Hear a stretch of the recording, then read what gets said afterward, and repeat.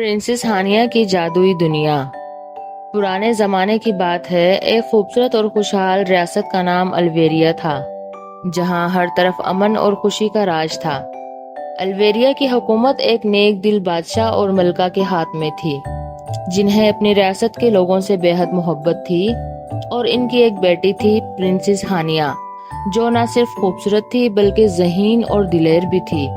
ہانیہ کا خواب تھا کہ وہ ایک دن اپنی ریاست کے عظیم حکمران بنے اور اپنے والدین کی طرح محبت اور انصاف سے حکومت کرے۔ ایک دن ہانیہ اپنے شاہی محل کے باغ میں ٹہل رہی تھی جب اسے ایک عجیب سی آواز سنائی دی۔ یہ آواز باغ کے اس حصے سے آ رہی تھی جہاں ایک قدیم جادوئی درخت کھڑا تھا۔ کہا جاتا تھا کہ یہ درخت ہزاروں سال پرانا ہے اور اس میں بے شمار راز چھپے ہوئے ہیں۔ ہانیہ نے درخت کی طرف قدم بڑھائے اور قریب جا کر دیکھا کہ درخت کی جڑوں کے نیچے ایک دروازہ چھپا ہوا تھا جسے پہلے کسی نے نہیں دیکھا تھا۔ ہانیہ نے اپنے آپ سے کہا، یہ دروازہ یہاں پہلے کیوں نہیں نظر آیا؟ آخر اس کے پیچھے کیا راز ہے؟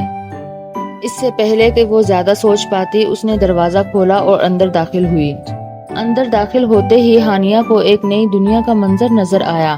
یہ ایک جادوئی دنیا تھی جہاں درخت، پرندے اور جانور سب باتیں کر رہے تھے۔ آسمان نیلا اور سورج سونے کی طرح چمک رہا تھا۔ ہانیہ حیران ہو کر اس جادوئی دنیا کا جائزہ لینے لگی۔ ہانیہ کو جلد ہی ایک چمکدار روشنی نظر آئی جو ایک چھوٹی سی پری کی شکل میں تھی۔ اس کا نام الومین تھا اور وہ روشنی کی پری تھی۔ الومین نے ہانیہ کا خیر مقدم کیا اور کہا، پرنسس ہانیہ، میں تمہارا یہاں بہت دیر سے انتظار کر رہی تھی۔ تمہیں ہماری دنیا کو ایک بڑی مشکل سے بچانا ہوگا۔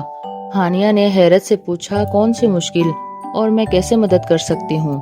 الومین نے ایک سنجیدہ لہجے میں کہا، ہماری جادوئی دنیا کی طاقت ایک خاص پتھر میں چھپی ہوئی ہے جو اس درخت کے نیچے دفن ہے، لیکن وہ پتھر چوری ہو گیا ہے اور اگر وہ پتھر واپس نہ آیا تو ہماری دنیا تباہ ہو جائے گی۔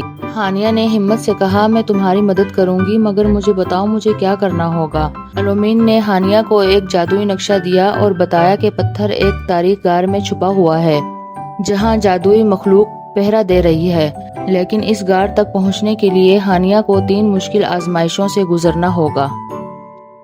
ہانیہ نے اپنی مہم کا آغاز کیا اور الومین نے اس کی مدد کے لیے ایک جادوئی چھڑی دی جس سے وہ مختلف مشکلات کا مقابلہ کر سکتی تھی۔ پہلی آزمائش ایک پراسرار جھیل تھی جس کا پانی سیاہ تھا اور اس میں کوئی راستہ نظر نہیں آ رہا تھا۔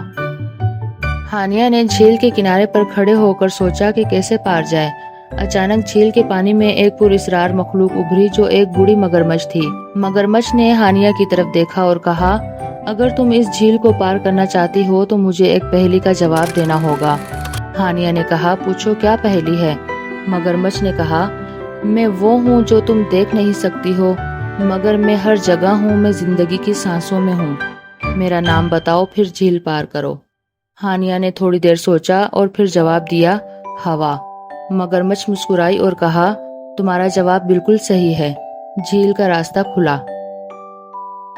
جھیل کی سیاہ لہریں اچانک پرسکون ہو گئی اور پانی میں ایک پل نمودار ہوا جس پر ہانیہ چل کر جھیل پار کر گئی۔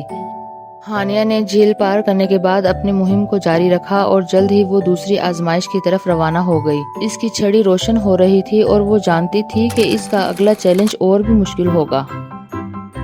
پرنسس ہانیہ کی جادوئی دنیا، دوسرا حصہ، پتھروں کا بھول بھلیا۔ ہانیہ جھیل کو پار کرنے کے بعد تھوڑی دیر کے لیے رکی۔ اسے محسوس ہو رہا تھا کہ یہ سفر نہ صرف جسمانی طور پر بلکہ ذہنی طور پر بھی اسے تھکا رہا ہے۔ الومین روشنی کی پری جو اب بھی اس کے ساتھ تھی، اس کی مدد کر رہی تھی، لیکن ہانیہ جانتی تھی کہ اگلی آزمائش اس سے بھی زیادہ خطرناک ہو سکتی ہے۔ ہانیہ نے نقشہ نکالا اور غور سے دیکھا۔ اگلی منزل ایک پہاڑی کے دامن میں واقع ایک غار تھی جسے پتھروں کا بھول بھلیا کہا جاتا تھا۔ اس بھول بھلیا میں ہر قدم پر راز اور مشکلات چھپے ہوئے تھے اور جو لوگ یہاں داخل ہوئے وہ اکثر کبھی واپس نہیں آئے تھے۔ الومین نے کہا، ہانیہ، یہ آزمائش تمہارے صبر اور ذہانت کا امتحان ہے۔ اس بھول بھلیا میں ہر پتھر ایک پہیلی ہے اور ہر قدم ایک چیلنج۔ اگر تم نے کسی ایک سوال کا غلط جواب دیا تو تم ہمیشہ کے لیے یہاں قید ہو جاؤ گی۔ ہانیہ نے ہمت جمع کی اور غار کے داخلی دروازے کی طرف بڑھ گئی۔ غار کا دروازہ بڑا اور خوفناک تھا، جیسے کوئی دیو اسے کھڑا کر کے گیا ہو۔ جیسے ہی ہانیہ نے قدم اندر رکھا، غار کا ماحول سرد اور تاریک ہو گیا۔ دیواروں پر عجیب و غریب نشانیاں اور نقوش بنے ہوئے تھے اور ہر جگہ چمکتی ہوئی آنکھیں ہانیہ کو دیکھ رہی تھی۔ چند قدم چلنے کے بعد ہانیہ ایک بڑے کمرے میں پہنچی جس کی چھت بہت اونچی تھی۔ کمرے کے بیچوں بیچ ایک بہت بڑا پتھر کا ستون کھڑا تھا اور اس ستون پر ایک پہیلی لکھی ہوئی تھی: اندھیروں میں روشنی کا راستہ ہے، مگر دیکھنے والا وہی جس کے دل میں روشنی ہو۔ ہانیہ نے غور کیا کہ پورا کمرہ تاریکی میں ڈوبا ہوا تھا اور اسے پتہ نہیں چل رہا تھا کہ یہ کہاں سے نکلنا ہے۔ وہ ستون کے قریب گئی اور سوچنے لگی کہ اس پہیلی کا جواب کیا ہو سکتا ہے۔ پھر اسے یاد آیا کہ اس کے پاس الومین ہے جو روشنی کی پری تھی۔ ہانیہ نے الومین سے کہا، تمہاری روشنی سے شاید ہمیں راستہ مل جائے۔ الومین نے مسکراتے ہوئے اپنی روشنی تیز کر دی اور اچانک دیواروں پر ایک نقشہ نمودار ہو گیا۔ یہ نقشہ بھول بھلیا کا تھا اور اس میں ہر موڑ اور راستہ دکھائی دے رہا تھا۔ ہانیہ نے نقشہ یاد کیا اور آگے بڑھنے کا فیصلہ کیا۔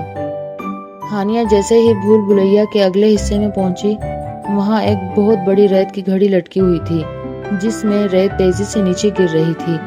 گھڑی کے ساتھ ایک اور پہیلی لکھی ہوئی تھی: وقت تمہارا دوست بھی ہے اور دشمن بھی، مگر سچائی وہی ہے جو ہمیشہ رہتی ہے۔ ہانیہ نے ریت کی گھڑی کو غور سے دیکھا اور سوچا اس پہیلی کا کیا مقصد ہو سکتا ہے۔ ریت تیزی سے نیچے گر رہی تھی جیسے وقت ختم ہو رہا ہو۔ ہانیہ کو سمجھ نہیں آ رہا تھا کہ وہ کیا کرے، مگر پھر اسے خیال آیا کہ وقت کو روکنے کا کوئی طریقہ ہونا چاہیے۔ ہانیہ نے الومین سے پوچھا، کیا وقت کو روکنے کا کوئی جادو ہے؟ الومین نے جواب دیا، نہیں، وقت کو کوئی نہیں روک سکتا، لیکن تم اسے اپنے حق میں استعمال کر سکتی ہو۔ ہانیہ نے اپنے ارد گرد دیکھا اور ایک بڑا پتھر اٹھا کر گھڑی کے نیچے رکھ دیا تاکہ گھڑی کو روکنے پر مجبور کر دے۔ جیسے ہی گھڑی رکی، دروازہ کھل گیا اور ہانیہ آگے بڑھ گئی۔ ہانیہ اب بھول بھلیا کے آخری حصے میں پہنچ چکی تھی۔ یہاں دیواروں پر بڑے بڑے آئینے لگے ہوئے تھے اور ہر آئینے میں ہانیہ کی مختلف شکلیں نظر آ رہی تھی۔ کچھ میں وہ غمگین تھی، کچھ میں خوش اور کچھ میں خوفزدہ۔ آئینوں کے درمیان ایک پہیلی لکھی ہوئی تھی: تمہاری اصل شکل کیا ہے؟ کیا تم وہ ہو جو تمہیں نظر آتی ہے یا وہ جو تم اندر محسوس کرتی ہو؟ ہانیہ نے آئینوں میں اپنی مختلف حالتیں دیکھ کر سوچا کہ اس کا صحیح جواب کیا ہو سکتا ہے۔ ہر آئینہ ایک احساس کو ظاہر کر رہا تھا اور ہانیہ کو سمجھ نہیں آ رہا تھا کہ وہ کس کا انتخاب کرے۔ آخر میں اس نے خود سے کہا، میری اصل شکل وہی ہے جو میرے دل میں ہے، نہ کہ مجھے نظر آتی ہے۔ ہانیہ نے ایک آئینے کی طرف اشارہ کیا جس میں وہ پر اعتماد اور خوش دکھائی دے رہی تھی، اور اسی لمحے آئینے میں سے ایک دروازہ کھل گیا۔ ہانیہ نے تینوں آزمائشیں کامیابی سے پار کر لی اور آخرکار وہ پتھروں کے بھول بھلیا کے آخری دروازے تک پہنچ گئی۔ دروازے کے پیچھے ایک چھوٹا سا کمرہ تھا جس کے درمیان ایک سنہری صندوق رکھا ہوا تھا۔ ہانیہ نے صندوق کو کھولا اور دیکھا کہ اس کے اندر وہی جادوئی پتھر تھا جس کی تلاش میں وہ نکلی تھی۔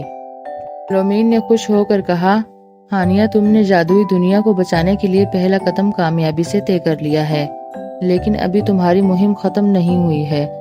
یہ پتھر واپس جادوئی درخت تک لے جانا ہوگا تاکہ ہماری دنیا کی طاقت دوبارہ بحال ہو سکے۔ میں نے پتھر کو احتیاط سے اٹھایا اور غار سے باہر نکلنے کا راستہ ڈھونڈنا شروع کیا، لیکن جیسے ہی وہ واپس جانے لگی، اسے احساس ہوا کہ شاید مزید مشکلات اس کے انتظار میں ہے۔ یہ کہانی کا دوسرا حصہ تھا۔ اگلے حصے میں ہانیہ کو مزید خطرناک چیلنجز کا سامنا کرنا ہوگا اور وہ اپنے مشن کو کامیابی سے پایہ تکمیل تک پہنچانے کے لیے نئے دوستوں اور دشمنوں سے ملے گی۔ کہانی ابھی جاری ہے۔